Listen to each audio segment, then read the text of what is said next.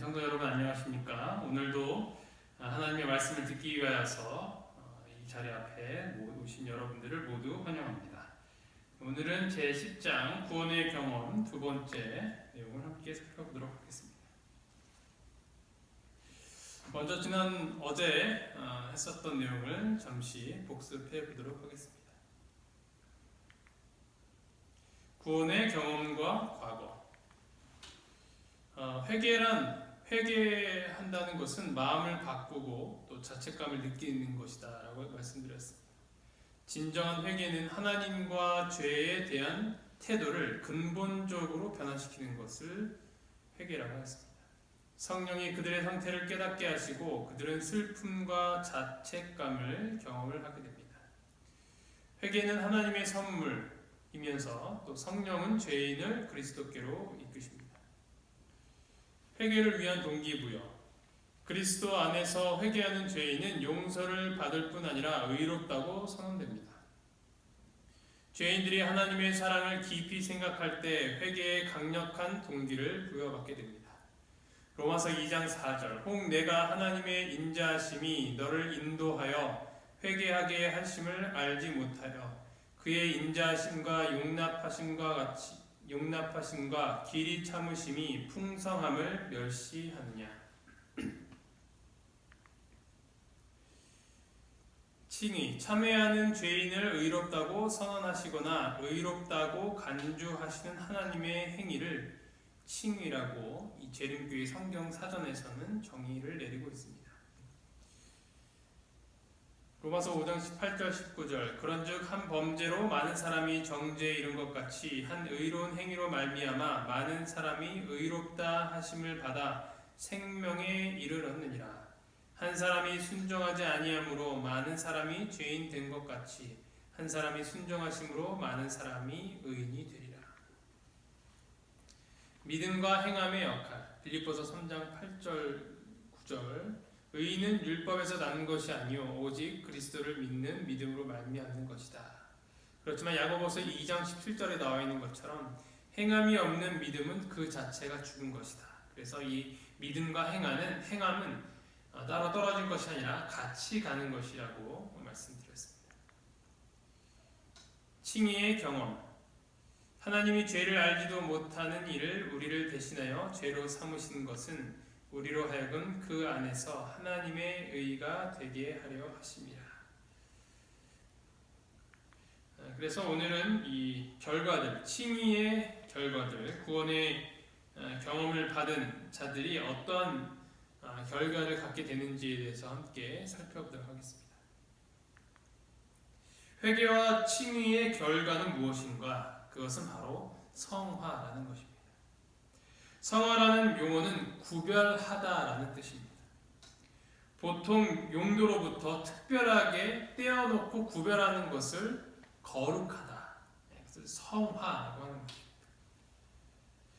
성도라는 것은 세상으로부터 구별된 백성을 이야기하고 성소라는 것은 제사를 위해 구별된 장소인 것입니다. 성일이라는 것은 구별된 날이라는 것이죠. 진정한 회개와 칭의는 성화로 인도하는 것입니다. 칭의와 성화는 밀접하게 관련되어 있으며 구분되지만 결코 분리할 수 없는 것. 이것이 바로 칭의와 성화입니다. 그래서 이 칭의라는 것은 하나님께서 우리를 위하여 하시는 일, 그것이 칭의라면 성화라는 것은 하나님께서 우리 속에서 하시는 일을 성화라고 하는 것입니다. 칭의나 성화 어느 것도 공로가 인정되는 행위의 결과가 아닙니다. 둘 다 오직 예수 그리스도의 은혜와 의 때문에 이루어지는 것입니다. 우리가 다 의롭다 하심을 받은 이는 입혀주신 의요 성화하게 하는 의는 그리스도께서 나눠주시는 의이다. 전자는 하늘나라에 들어갈 수 있는 증서이며 후자는 하늘나라에서 살 수 있는 우리의 적합성이다. 이것이 바로 이 칭의와 성화라는 것이죠.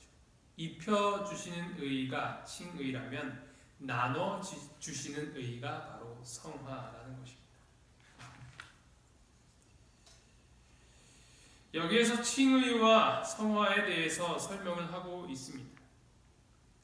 성화의 이 세 국면을 살펴보면 첫 번째로 신자의 과거에 이미 성취된 행위, 그리고 신자의 현재의 경험 가운데서 진행되는 과정, 또한 신자가 그리스도 재림 때 경험하는 최종적 결과 등을 이야기하고 있습니다. 고린도전서 6장 11절을 보면 너희 중에 이와 같은 자들이 있더니 주 예수 그리스도의 이름과 우리 하나님의 성령 안에서 씻음과 거룩함과 의롭다 하심을 받았느니라. 그래서 우리는 하나님의 부르심의 결과로 성도라고 불려주게 되는 것이죠.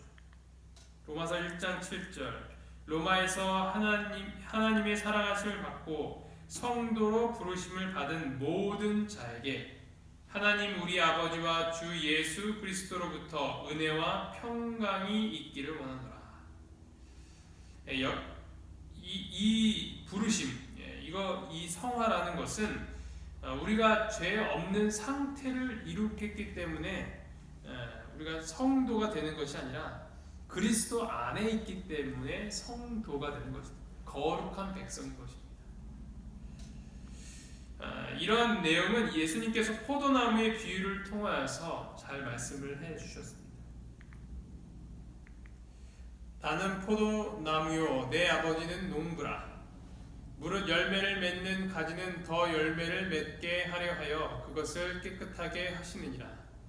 너희는 내가 일러준 말로 이미 깨끗하여졌으니 내 안에 거하라. 나도 너희 안에 거하리라.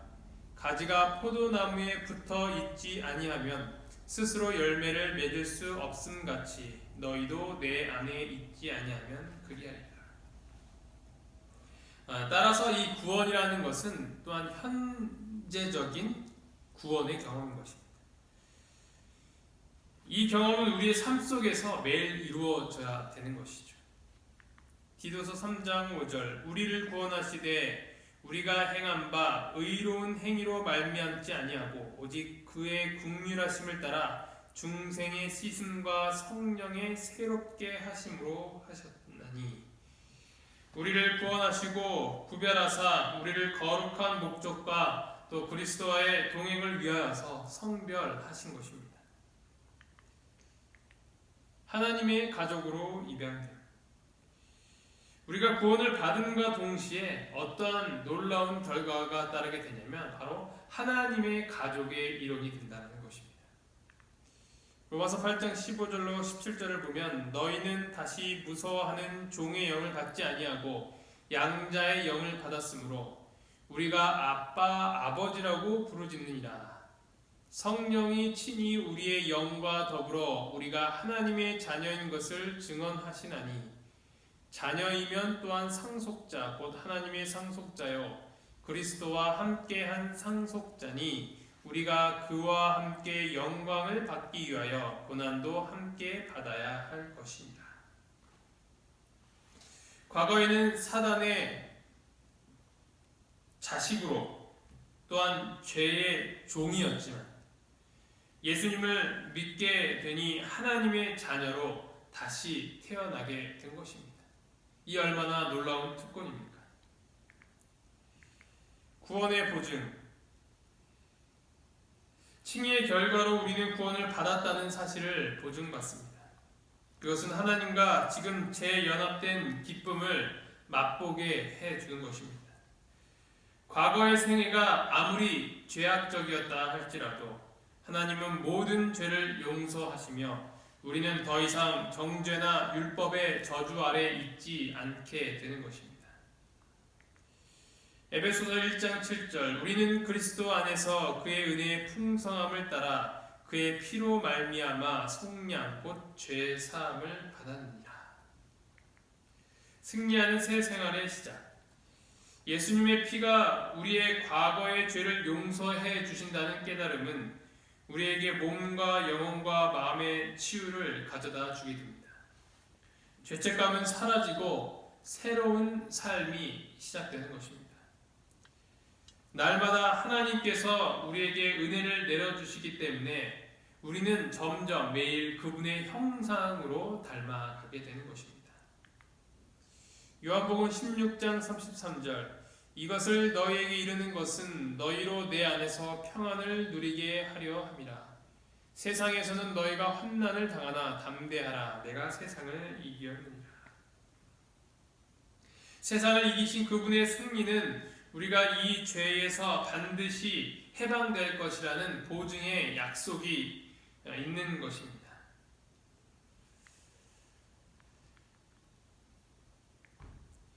질병관리본부에서 관리하는 국가건강정보 포털 사이트에 보면 이런 내용이 있는데요. 바로 스트레스가 건강에 미치는 결과라는 제목의 그런 내용입니다. 이미 우리가 잘 알고 있지만 이 내용을 다시 가져와 보았습니다. 이 첫 번째로는 정신 건강에 영향을 미친다는 것입니다. 스트레스를 받으면 초기에는 그로 인한 불안 증상, 초조, 걱정, 근심 등이 발생하고 점차 우울 증상이 나타나게 됩니다.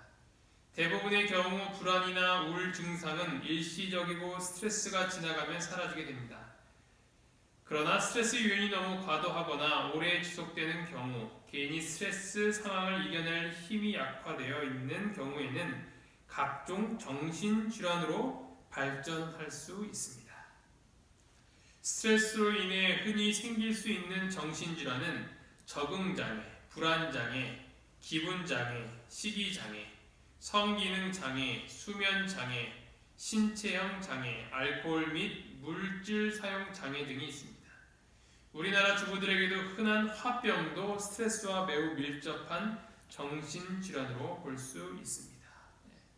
그러니까 우리가 이 스트레스를 받게 되면 정신적인 질병이 생긴다는 것이죠. 두 번째로는 신체 질환에 직접적으로 또 영향을 미친다는 것입니다. 내과 입원 환자의 70% 정도가 스트레스와 연관되어 있다는 연구를 볼 때 스트레스가 신체 질환의 발생 원인이나 악화 요인으로 작용한다는 사실은 이미 잘 알려져 있습니다. 이런 경우 정신과적으로 정신지체 장애라는 진단을 붙이게 됩니다. 정신, 심리적인 요인에 의해 신체적인 질병이 발생하거나 악화될 경우에 붙이는 병명으로 정신 심리적 요인에 의해 치료 결과도 큰 차이를 보입니다. 특히 스트레스에 취약한 우리 몸의 기관인 근골격계, 위장관계, 그리고 심혈관계 등이 영향을 더 많이 받는 것으로 알려져 있습니다. 그러니까 정신적인 영향뿐만 아니라 실제적인 신체적인 그런 영향을 받는다는 것이죠. 그리고 세 번째로는 면역 기능에 영향을 미칩니다. 장기간 스트레스를 받으면 면역 기능이 떨어져 질병에 걸리기 쉬운 상태가 됩니다. 다양한 정신, 신체 장애의 발병과 악화는 물론이고 암과 같은 심각한 질환도 영향을 많이 주는 것으로 알려지고 있습니다. 이렇게 스트레스를 받게 되면 건강해지지 못한다는 것이죠. 병이 생기고 병이 악화가 된다는 것입니다. 우리가 너무나도 잘 알고 있는 내용이긴 합니다.